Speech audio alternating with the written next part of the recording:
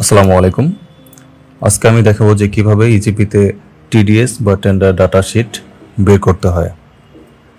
তো tender data sheet এবং টিডিএসটা আসলে কি?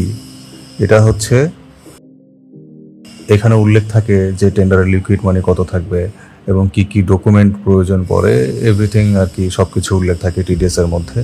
সো কথা না বলে শুরু করা যাক। তো প্রথমত আমরা একটা ব্রাউজারে যাব। ব্রাউজারে যাওয়ার পরে ইজিপি পোর্টালে যাব, গিয়ে আপনার আইডি পাসওয়ার্ডটা দিয়ে ইজিপিতে লগ ইন করবো। লগ ইন করার পরে যে টেন্ডারের টিডিএসটা আমরা বের করব ওই টেন্ডারে যেতে হবে। তো সাপোজ আমি যে কোনো একটা টেন্ডারে গেলাম, প্রথম টেন্ডারটায় যাচ্ছি। এখানে ফার্স্টে ড্যাশবোর্ডে প্রেস করতে হবে, তারপরে বাম পাশে কর্নারে ডক্সে যেতে হবে, তারপরে ডান পাশে ভিউ ডকুমেন্টস প্রেস করতে হবে। করার পরে দেখেন এখানে 2 নম্বরে টেন্ডার ডাটা শিট বা টিডিএস দেখা যাচ্ছে। তো এটা আপনি ভিউ করেও দেখতে পারেন বা সেভ এস পিডিএফ দিয়েও এটা দেখতে পারেন। সো আমরা সেভ এস পিডিএফ দিয়ে দেখছি। সেভ এস পিডিএফ দিলাম, এটা ডাউনলোড হয়েছে। তো এটা ভিউ করলাম, করার পর দেখেন এখানে আপনার সব কিছু উল্লেখ আছে। এখানে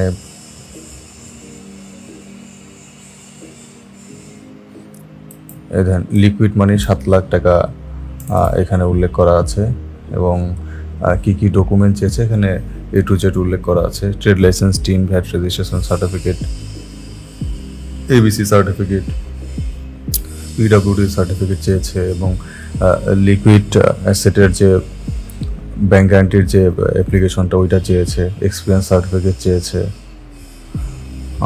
এখানে সব কিছুই আর কি উল্লেখ করা আছে।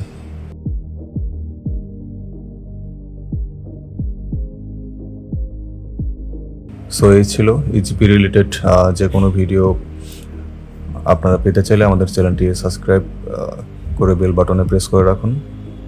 আসসালামু আলাইকুম।